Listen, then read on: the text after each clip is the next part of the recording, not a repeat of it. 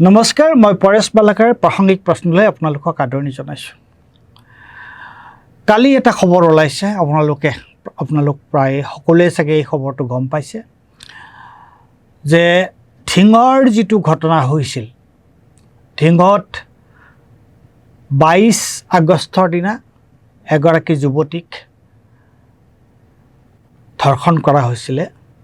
তেওঁৰ শালীনতা ভংগ কৰা হৈছিল, তেওঁক ধৰ্ষণ কৰিছিলে কেইজনমান ডেকা ল'ৰাই।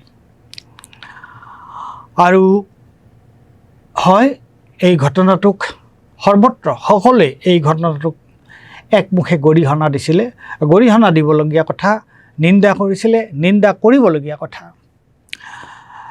কিন্তু তাৰ পিছৰ কথাটো যে এই যে এনেকুৱা ধৰণৰ এটা ঘৃণনীয় এটা ধৰ্ষণ কাৰ্য হ'ল, এগৰাকী ছোৱালীক ধৰ্ষণ কৰা হ'ল, তাৰ পিছত যে যিসকল ধৰ্ষণকাৰী যিয়ে এই কামটো কৰিলে তেওঁলোকৰ কি শাস্তি হ'ব সেইটোক লৈ এটা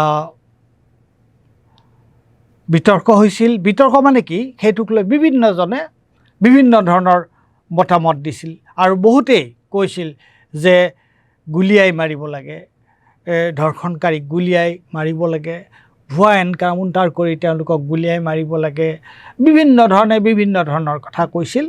আৰু এচামে কৈছিল যে ধৰ্ষণটো এটা অত্যন্ত গৰ্হিত কথা, নিন্দনীয় কথা, এইটো গৰিহণাযোগ্য আৰু এইটো অত্যন্ত ঘৃণনীয় কাম, কিন্তু তাৰ বিচাৰ আইনমতে তাৰ বিচাৰ হ'ব লাগে। তে একাংশই সেই কথাটো কৈছিল।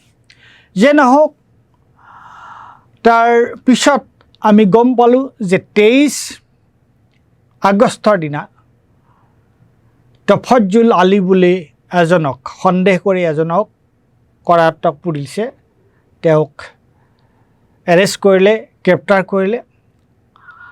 আৰু 23 তাৰিখে আপোনালোকৰ সকলোৱে জনা মনোজ গোস্বামী, সাংবাদিক সম্পাদক মনোজ গোস্বামীয়ে সেইদিনা তেওঁ পোষ্ট এটা দিছিল আৰু সেইদিনাই তেওঁ কৈছিল যে কালি নিশা এটা এনকাউণ্টাৰ হ'ব আৰু এনকাউণ্টাৰত এই তফজ্জুল আলী বোলা যিজন ব্যক্তি তেওঁ হত্যা কৰা হ'ব। আৰু আচৰিত কথা, অত্যন্ত আচৰিত কথা, শ্বকিং কথা যে মনোজ গোস্বামীয়ে 23 তাৰিখে যিটো পোষ্ট দিছিল, সেই পোষ্টটো 24 তাৰিখে সেইটো আখৰে সেইটো ফলিয়ালে। অৰ্থাৎ 24 তাৰিখৰ নিশা 3:30 বজাত পুলিচে, তেতিয়া 23 তাৰিখে তফজ্জুলক ধৰা হৈছে, পুলিচে ধৰিছে। 23 তাৰিখৰ পৰা 24 তাৰিখলৈকে তফজ্জুল পুলিচৰ জিম্মাত আছে। আৰু 24 আগষ্টৰ দিনা নিশা, পুৱতি নিশা, আৰু সেইটো আচলতে 24 আগষ্ট নহয়, এইটো 25 আগষ্ট হ'ব বুলিয়ে ক'ব পাৰি। যে 24 আগষ্টৰ দিনা পুৱতি নিশা 3:30 বজাত তফজ্জুল পুলিচৰ পৰা পলাবলৈ বিচাৰোঁতে পুখুৰীত পৰি তফজ্জুল আলীৰ মৃত্যু হোৱা বুলি পুলিচে ক'লে। এতিয়া আপোনালোকে চাওক,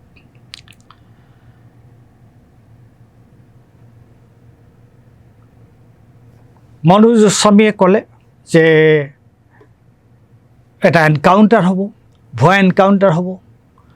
আৰু 24 তাৰিখে একজেক্টলি যি হিচাপে ভৱিষ্যতবাণী কৰা হৈছিলে, যি হিচাপে কোৱা হৈছিল, তেনেকৈ তফজ্জুল আলীক এনকাউণ্টাৰ বুলিহে ক'ব লাগিব। যে পুলিচৰ জিম্মাত থকা মানুহজন কেনেকুৱাকৈ তেওঁ গৈ পুখুৰীত পৰি মৰিব পাৰে। আৰু এতিয়া কালি কথাটো ওলাইছে যে তফজ্জুল আলী বুলি যিজন ব্যক্তিক পুলিচে গ্ৰেপ্তাৰ কৰিছিল, যিজন যুৱকক পুলিচে গ্ৰেপ্তাৰ কৰিছিল, সেই যুৱকজন এই ধৰ্ষণ কাৰ্যৰ লগত সেই যুৱকজন জড়িত নহয়। তফজ্জুলৰ পৰিয়ালে উচ্চ ন্যায়ালয়ত যে তেওঁলোকে আবেদন কৰিছে আৰু এতিয়ালৈকে পুলিচে তফজ্জুলৰ যি মৰণোত্তৰ পৰীক্ষাৰ যিটো ৰিপৰ্ট প্ৰতিবেদন, সেই প্ৰতিবেদনটো এতিয়ালৈকে তেওঁলোকক দিয়া হোৱা নাই।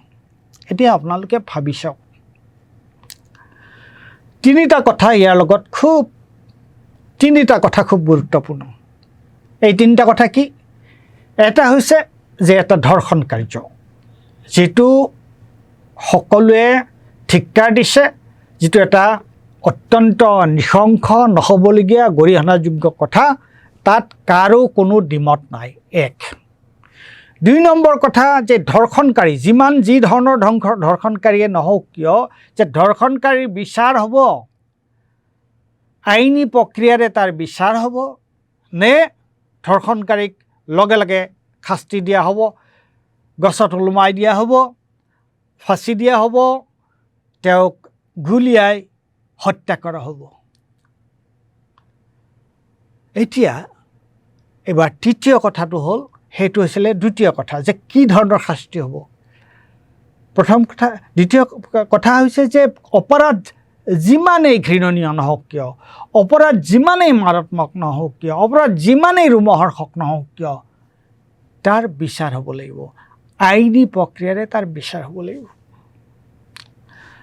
আৰু আইনী প্ৰক্ৰিয়াৰে যদি তাৰ বিচাৰ নহয়, তাক যদি তৎক্ষণাৎ তাৰ যদি এই ধৰণৰ এটা পুলিচী প্ৰক্ৰিয়াৰে এই ধৰণে এটা পুলিচে যদি নিজেই বিচাৰৰ দায়িত্ব পুলিচে নিজেই লয় আৰু এনেকুৱা ধৰণৰ এটা তৎকালীন জাষ্টিচ দিয়া হয় হত্যা কৰি অপৰাধীক, তেতিয়াহ'লে কি হ'ব পাৰে আপোনালোকে চাওক। কিয়নো এতিয়া ওলাল যে তফজ্জুল আলী বুলি যিজনক হত্যা কৰা হ'ল, যিজনক ভুৱা এনকাউণ্টাৰত হত্যা কৰা হ'ল, যিজন ব্যক্তিয়ে পুলিচৰ জিম্মাত থাকোঁতে যিজন ব্যক্তিৰ মৃত্যু হ'ল, সেই ব্যক্তিজন এই ধৰ্ষণৰ লগত জড়িত নাছিল।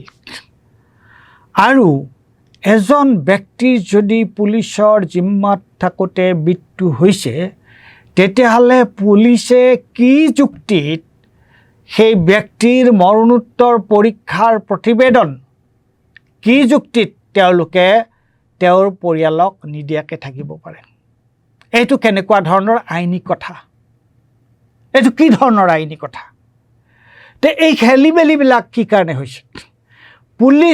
ঢিঙৰ পুলিচ কৰ্তৃপক্ষক, ঢিঙৰ পুলিচক এই ঘটনাটো ঘটাৰ পিছত ঢিঙৰ পুলিচক কোনোবাই মৌখিকভাৱে, কোনোবাই টেলিফোনত তেনেকুৱা ধৰণৰ এটা শাস্তি প্ৰদান কৰিবৰ কাৰণে কোনো ৰাজনৈতিক নেতা বা পুলিচৰ ঊৰ্ধ্বতন মহলৰ কোনোবাই ঢিঙৰ পুলিচক তেনেকুৱা ধৰণৰ কিবা নিৰ্দেশ দিছিল নেকি?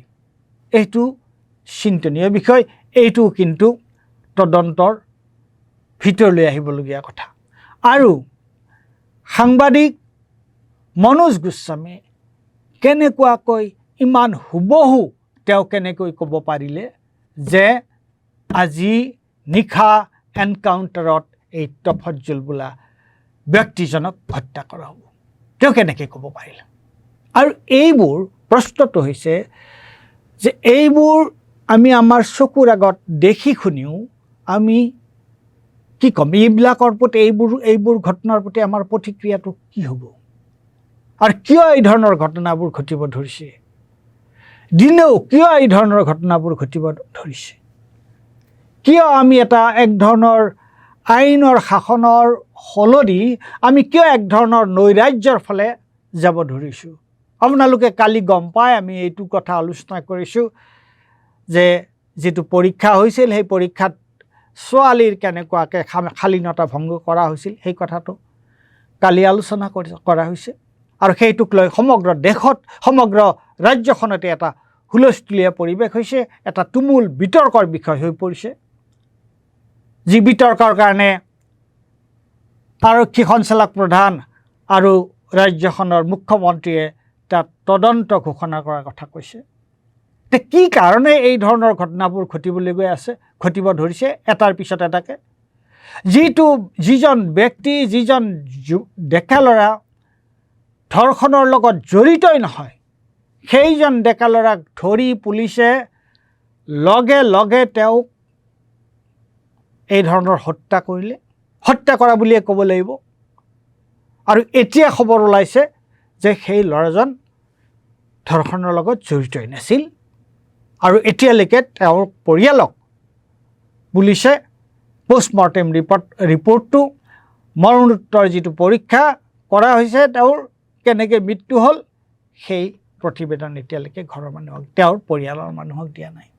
এই গোটেইবোৰ ঘটনা ঘটিব পাৰিছে এই কাৰণে যে যেতিয়া মানুহে আইনৰ শাসন মানি নচলে, যেতিয়া ৰুল অফ ল মানি নচলে, আৰু মানি নচলে মানে যেতিয়া ৰুল অফ ল সাংবিধানিক, আমি এইটো কথা বাৰে বাৰে কৈ আছোঁ, বাৰম্বাৰ কৈ আছোঁ, আৰু কৈ থাকিবলগীয়া কথা এইটো আমি নিস্তব্ধ হৈ নিশ্চুপ হৈ থকা কথা নহয়, যে সাংবিধানিক পদাধিকাৰী, সৰ্বোচ্চ সাংবিধানিক পদাধিকাৰী গৰাকীয়ে যদি আইনৰ শাসনক বুঢ়া আঙুলি দেখুৱাই দিয়ে, তেওঁৰ মুখৰ কথাই যদি আইন হয়, যেতিয়াই যি মন যায় তাকে কৰে, তাৰ ফলাফল এইটো হ'ব পাৰে।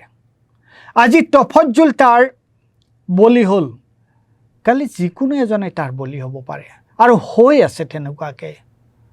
এই পুলিচ এনকাউণ্টাৰৰ কাৰণে, এই ভুৱা এনকাউণ্টাৰৰ কাৰণে গুৱাহাটী উচ্চ ন্যায়ালয়ে কি কৈছে, উচ্চতম ন্যায়ালয়ে কি কৈছে, সেইবোৰ কথা আপোনালোকে মনত ৰাখক। আৰু এইবোৰৰ মূল কাৰণটো হৈছে যে বিধি বহিৰ্ভূতভাৱে আইনৰ পৰিসৰৰ বাহিৰত গৈ ব্যৱস্থা লোৱাৰ কাৰণে এই ধৰণৰ ঘটনা ঘটিছে। আৰু এতিয়া যদিহে এইটোক লৈ এটা জনমত যদি গঠন কৰা নহয়, যে আইনৰ বাহিৰলৈ গৈ আইন বহিৰ্ভূতভাৱে কৰা কামক যদি সকলোৱে, অসমৰ ৰাইজৰ সকলো অংশৰ জনসাধাৰণে যদি একমুখে গৰিহণা নিদিয়ে, তেতিয়াহ'লে আমি এটা ভয়ংকৰ ভৱিষ্যতৰ ফাললৈ গৈ আছোঁ। গতিকে এইটো কিন্তু অত্যন্ত চিন্তা কৰিবলগীয়া কথা, এইটো এটা ৰোমহৰ্ষক কথা। কাৰণ আপোনালোকে গমেই পালে যে যিজন ব্যক্তি ধৰ্ষণ কাৰ্যৰ লগত জড়িতই নাছিল ধিঙৰ, সেই যুৱকজনক পুলিচে হত্যা কৰিলে, পুলিচৰ জিম্মাত তেওঁৰ মৃত্যু হ'ল। তেনেকুৱা আৰু কিমান ঘটনা ঘটিবলৈ গৈ আছে ভৱিষ্যতে, যদিহে আমি আইনৰ শাসন মানি নচলোঁ। ধন্যবাদ।